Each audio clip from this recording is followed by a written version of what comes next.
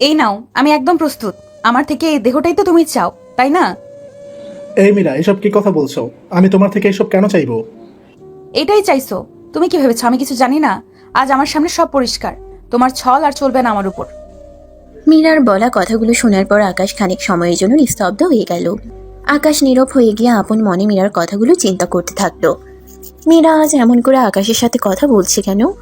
তবে কি মীরা সবকিছু? না না, তা কি করে হয়? আকাশ আপন মনে ছাইপাশ চিন্তা করে মীরার দিকে দৃষ্টিপাত করলো। আকাশ মীরার দিকে দৃষ্টিপাত করতেই আকাশ দেখতে পেল মীরা আকাশের সামনে থেকে হনহন করে চলে যেতে নিয়েছে। আকাশ মীরাকে চলে যেতে দেখে দুম করে মীরার হাত ধরে ফেলে। আকাশ মীরার হাত ধরে ফেলে মীরাকে আটকে নিল। আকাশ মীরাকে আটকে দিয়ে মীরাকে উদ্দেশ্য করে মলিন কণ্ঠে বলতে লাগলো। মীরা প্লিজ একটু বোঝার চেষ্টা করো। আমি সত্যি তোমাকে ভালোবাসি, আমি কোনো অভিনয় করছি না। প্লিজ। সরি আকাশ, তোমার এই অভিনয়গুলো আর কখনো মীরা বিশ্বাস করবে না। তোমার প্রয়োজন একটা দেহের, ভালোবাসার নয়। মীরা, আমি আজ অবধি কখনো তোমার থেকে বিশেষ কিছু প্রত্যাশা করিনি, আর না কখনো তোমাকে বলেছি আমাকে কিছু দিতে হবে। তবে কেন আজ এমন করে আমায় ছেড়ে দিতে চাচ্ছ তুমি? কেন চাইছি সেটা জানো না? তোমার তো বুদ্ধি ভালো। একটু খোঁজ নিয়ে দেখো কেন চাইছি, আর তোমার সত্যিটা কি। আসছি আমি। মীরা প্লিজ, আমার কথাটা শোনো। মীরা, আমি সত্যি তোমাকে ভালোবাসি মীরা, প্লিজ। মীরা আকাশের একটাও কথা শুনল না। মীরার আগে গজগজ করতে করতে আকাশের সামনে দিয়ে চলে গেল। আকাশ আর কি বলবে? মীরাকে আটকাতে চাইলেও সেটা সে করতে পারবে না। মীরা প্রচণ্ড রাগী স্বভাবের একটি মেয়ে। মীরা যখন যেটা নিজের মাথায় একবার গেঁথে নেয়, তারপর সে আর কারোর কথাই শোনে না। আকাশের সাথে মীরার প্রেমের সম্পর্ক হয় আজ থেকে প্রায় 3 বছর আগে। আকাশের সাথে মীরার প্রেমের সম্পর্কের শুরুর দিন থেকে আজ অবধি মীরা কখনো আকাশকে কোনো প্রশ্ন করেনি। মীরা যদিও বড়লোক বাবার মেয়ে, তবুও মীরার মাঝে কখনো কোনো অহংকার আসেনি। মীরা আকাশকে পাগলের মতো করে ভালোবেসে গেছে। মীরা কখনো মিথ্যা কথা বলেনি, আর না মীরা কারো মিথ্যা শুনতে পারে। আকাশের সাথে রিলেশন শুরু হবার দিন থেকে শুরু করে আজ অবধি মীরা আকাশকে কখনো মিথ্যা বলেনি। তবে আজ আকাশ মিথ্যা বলছে। হ্যাঁ, আকাশ মধ্যবিত্ত ঘরের ছেলে বলে মীরা সবসময় আকাশকে সব দিক থেকে সাপোর্ট করার কথা চিন্তা করত। কিন্তু আজকাল আকাশের মাঝে টাকার নেশা ঢুকে গেছে। আকাশ টাকার জন্য যা ইচ্ছে তাই করতে পারে, যেটা মীরার পছন্দ নয়। মীরা একটা সাদা মাটা ছেলেকে ভালোবেসেছিল, এই আকাশকে নয়। মীরা চলে যাওয়ার পর আকাশের মাথাটা ভীষণ রকম গরম হয়ে যায়। আকাশ বুঝতে পারে না যে তার এখন কি করা উচিত। আকাশ রাগে গজগজ করতে করতে নিজের পকেট থেকে ফোনটা বের করে একটা নাম্বারে 2বার রিং হবার পর আকাশের কলটা পিক করলো রিমি। এই রিমি হলো আকাশের ক্লাসমেট, সে সাথে ভালো বন্ধুও বটে। রিমি আকাশের ফোনটা পিক করতেই আকাশ ভীষণ ভারী কণ্ঠে রিমিকে উদ্দেশ্য করে বলে উঠল। কি শান্তি পেয়েছিস এসব করে? কি লাভ হলো বলতো? এই আকাশ, কি সব বলছিস তুই? আমি তো তোর কথার কোনো মানেই বুঝতে পারছি না। বলতে কি চাস সেটা খুলে বল। ও, এখন কিছুই বুঝতে পারছিস না তাই না? মীরার সাথে আজ তোর দেখা হয়েছে কিনা আগে আমায় সেটা বল। কোন মীরা? কোন মীরার কথা বলছিস তুই? কোন মীরার কথা বলছিস সেটা বুঝতে পারছিস না? দেখ রিমি, আমি তোকে বারবার করে বারণ করছি, আমার সাথে দয়া করে ফাজলামি করিস না প্লিজ। যা জিজ্ঞেস করছি তার উত্তর দে। দেখা হয়েছিল তো কি হয়েছে? মীরার সাথে দেখা হওয়াটা কি পাপ নাকি? রিমি, আমার মেজাজ খারাপ করিস না প্লিজ। তুই মীরাকে কি কি বলেছিস সেটা বল আমায়।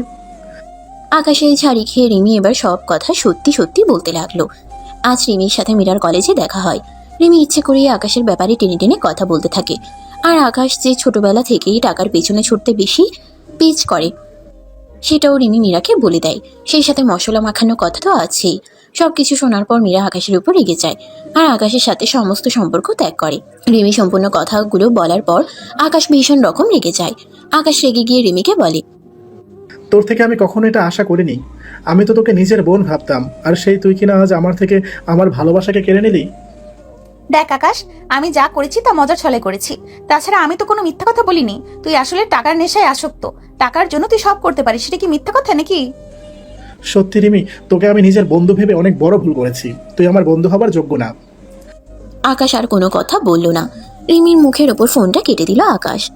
আকাশ ফোনটা কেটে দিয়ে একটা দীর্ঘশ্বাস ফেলল। কি করে যে এখন মীরাকে আকাশ কনভিন্স করবে সেটাই মাথায় আসছে না আকাশের। আকাশ আপন মনে ছাইপাশ কথা চিন্তা করছে। আকাশের টাকার প্রতি তীব্র নেশা। এই নেশাটা একদিনে আসেনি, ধীরে ধীরে এই নেশা হয়েছে আকাশের। আকাশের দারিদ্রতা এই সমাজের লোকদের চেনাতেই সাহায্য করেছে। এই সামনে সম্মান শুধুমাত্র তাদের করা হয় যাদের পকেটে টাকা থাকে। টাকা ছাড়া পুরুষ কোনো অংশে বোঝার থেকে কম কিছু না। টাকা হয়তো আকাশের প্রথম ভালোবাসা, কিন্তু মীরাকেও আকাশ অনেক ভালোবাসে।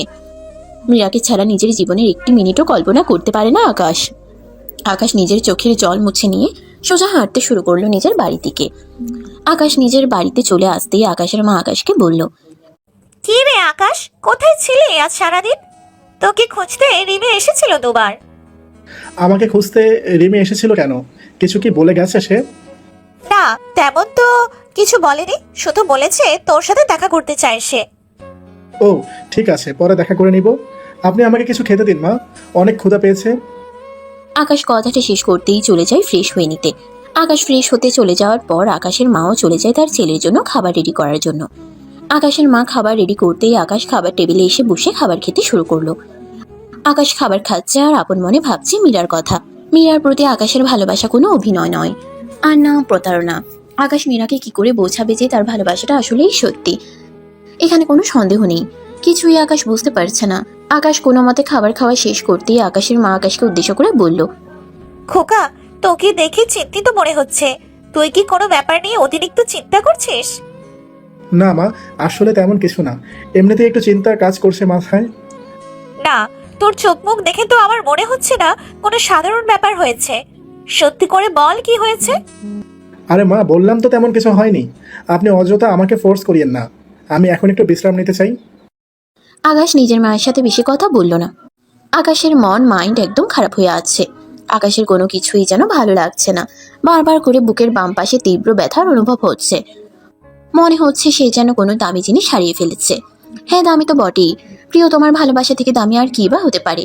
আকাশ নিজের ঘরে এসে অনেকটা সময় শুয়ে শুয়ে বিশ্রাম করলো। অতঃপর আকাশ একটা কঠিন সিদ্ধান্ত নিল। আকাশ সিদ্ধান্ত নিল যে মীরার সাথে তাকে এক্ষুনি দেখা করতে হবে।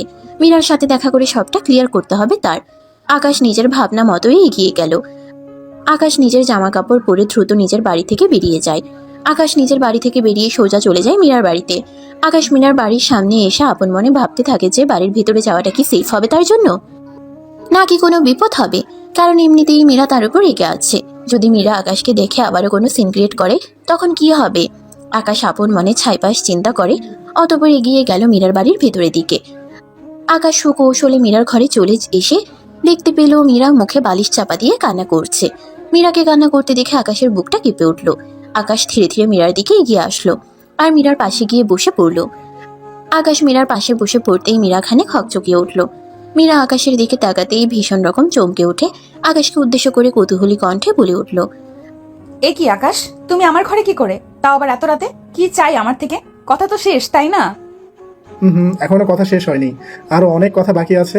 তোমার একতরফা বিচারে আমি আমার ভালোবাসাকে হারাতে পারবো না। ভালোবাসা? আবারও এসব বাজে কথা বলতে চলে এসেছো তুমি? দেখো, আমি তোমাকে সাফ সাফ বলে দিয়েছি সব। আমার থেকে আর কিছু প্রত্যাশা করিও না তুমি। যদি আমি ভালোই ভালো তোমার থেকে ভালোবাসা ফেরত না পাই তবে সেটা আমি জোর করে আদায় করব। এবার বলো, ভালোবাসা দিবে নাকি আমি অন্য পথ দেখব? ফাজলামি হচ্ছে এখানে। নিজের লিমিট ক্রস করবে না প্লিজ। তুমি হয়তো জানো না আমি চাইলে তোমার কি অবস্থা করতে পারি। আচ্ছা যাও, তোমার যা ইচ্ছে হয় করো, তবে আমার একটা প্রশ্নের উত্তর আগে দাও। আমি জানতে চাই তোমার চোখে নোনা জল কেন এসছে। একবার আমার প্রশ্নের উত্তর দাও, তারপর দেখো আমি আর কিছু তোমায় জিজ্ঞেস করি কিনা। আমি তোমার প্রশ্নের উত্তর দিতে বাধ্য না। আমার থেকে কোনো প্রত্যাশা রাখবে না প্লিজ। এটাই তো বলেছি আমি জানি তুমি নিজেও আমাকে পছন্দ করো, আমার থেকে ভালোবাসা পেতে চাও। আমি জানি সব। প্লিজ একটাবার আমার কথা বিশ্বাস করো মীরা। না, আমি বিশ্বাস করতে চাই না তোমায়। তুমি আমার বিশ্বাসের মান রাখতে পারোনি। আমি তো এটাই বুঝতে পারছি না যে আমি তোমার সাথে কথা কেন বলছি। বুঝেছি আমি, তুমি আমার কথা এমনি এমনি শুনবে না, তোমাকে অন্যভাবে শোনাতে হবে। অন্যভাবে মানে? অন্যভাবে কিভাবে? দেখো আকাশ, আমার সাথে তর্ক করা বাদ দিয়ে এখান থেকে চলে যাও। আমার মাথা গরম করিও না প্লিজ। সেটা তুমি আমার উপর ছেড়ে দাও, আমি দেখছি কি গরম হয় আর কি না হয়। আকাশ নিজের বলা কথাটা শেষ করতেই দুম করে মীরার কোমর জড়িয়ে ধরল। আকাশ মীরার কোমর জড়িয়ে ধরে একটা হ্যাচকা টান দিয়ে মীরাকে নিজের বুকে টেনে নিল। আকাশ মীরাকে নিজের দিকে টেনে নিতেই মীরা হকচকিয়ে আকাশের বুকে চলে আসলো। মীরা আকাশের বুকে চলে আসতেই আকাশ মীরার ঠোঁটের দিকে দৃষ্টিপাত করলো। মীরাকে যদি নিজের করে পেতে হয় তবে আকাশকে এমন কিছু করতে হবে যাতে করে মীরা খানিক বাধ্য হয় আকাশের কথা শোনার জন্য, আকাশকে ভালোবাসার জন্য। আর আকাশ ঠিক তাই করলো। আকাশ মীরার ঠোঁট জোড়ে নিজের ঠোঁটের সাথে এক করে নিল আর পাগলের মতো করে ভালোবাসার পরও সেঁকে দিতে লাগলো মীরার ঠোঁটের উপর। মীরা কিছুই বুঝতে পারল না কে থেকে কি হয়ে যাচ্ছে। সব যেন মীরার মাথার উপর দিয়ে যাচ্ছে। আকাশ মীরার ঠোঁট জোড়া নিজের দখলে নিয়ে পাগলের মতো করে চুমু খেতে লাগলো। মীরা আকাশের থেকে নিজেকে ছাড়িয়ে নিতে চেষ্টা করছে, তবে তাতে খুব একটা লাভ হচ্ছে না। আকাশ প্রায় মিনিট খানেক সময় ধরে মীরার ঠোঁট জোড়া নিজের দখলে রাখার পর আলতো করে মীরার ঠোঁট জোড়া ছেড়ে দিল। আকাশ মীরার ঠোঁট জোড়া ছেড়ে দিতেই মীরা হাঁপাতে হাঁপাতে আকাশকে উদ্দেশ্য করে বলল, এসব কি হলো আকাশ? তুমি আমার সাথে এমনটা করতে পারলে? জি পারলাম, আমি নিজের ভালোবাসার জন্য সব করতে পারি। এই বলে আকাশ মীরাকে নিজের কোলে তুলে নিল। আকাশ মীরাকে নিজের কোলে তুলে নিয়ে সোজা নিজের বাড়ির পথে চলতে শুরু করলো। ভালোবাসা সত্যি অদ্ভুত। আকাশ আর মীরার ভালোবাসার মাঝে যতই বাধা আসুক না কেন, দিন শেষে মীরা শুধুই আকাশের, আর কারণ নয়। আকাশ মীরাকে নিজের কোলে তুলে নিয়ে সোজা নিজের বাড়ি চলে গেল। আকাশ আর মীরার জন্য আপনারা সবাই দোয়া করবেন, তারা যেন সব সময় এমন করেই ভালোবাসাই থাকতে পারে।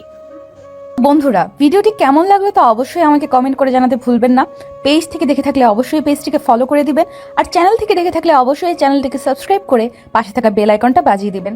আর নিত্য নতুন এমন সুন্দর সুন্দর ভালোবাসার গল্প পেতে voice of Priyanka Facebook page এবং প্রিয়াঙ্কাস ক্রিয়েশন ইউটিউব চ্যানেলের পাশেই থাকবেন। ধন্যবাদ সবাইকে। দেখা হচ্ছে আগামীকাল নতুন কোনো গল্প নিয়ে।